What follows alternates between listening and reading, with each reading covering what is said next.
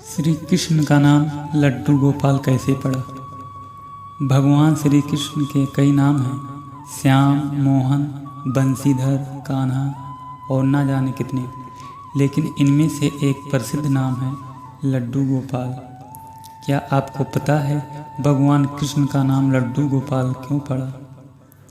ब्रजभूमि में बहुत समय पहले श्री कृष्ण के एक परम भक्त रहते थे, कुंभनाथ जी।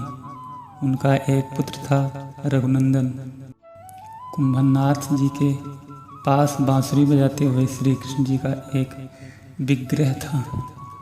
वे हर समय प्रभु भक्ति में लीन रहते थे और पूरे नियम से श्री कृष्ण की सेवा करते।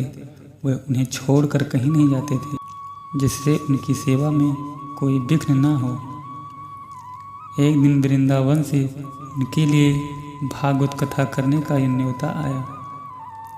पहले तो उन्होंने मना कर दिया, परंतु लोगों के जोर देने पर वे जाने के लिए तैयार हो गए कि भगवान की सेवा तैयारी करके वे कथा करके रोज वापस लौट आया करेंगे।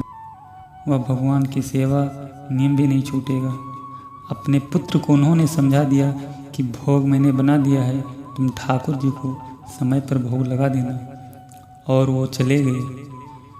रघुनंदन ने भोजन की थाली ठाकुर जी के सामने रखी और सरल मन से आग्रह किया कि ठाकुर जी आओ, भोग लगाओ।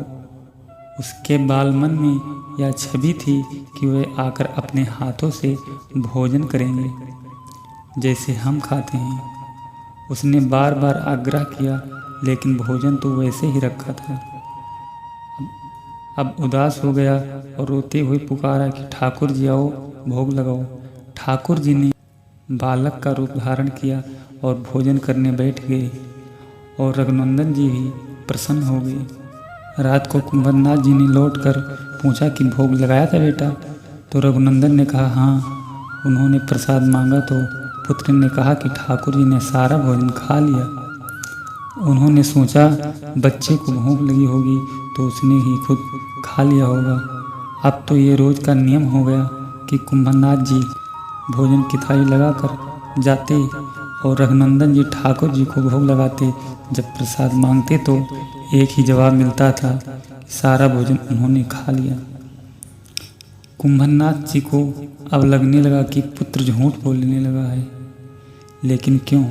उन्होंने उस दिन लड्डू बनाकर थाली में सजा दिए और छुप कर देखने लगे कि बच्चा क्या करता है।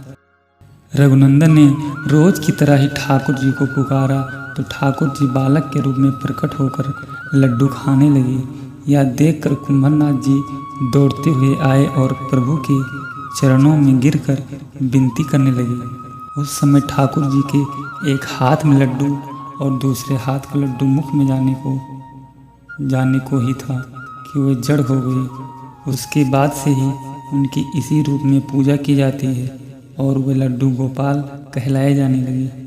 इस वीडियो में बस इतना ही। फिर मिलते हैं एक नए वीडियो के साथ। जय श्री कृष्ण।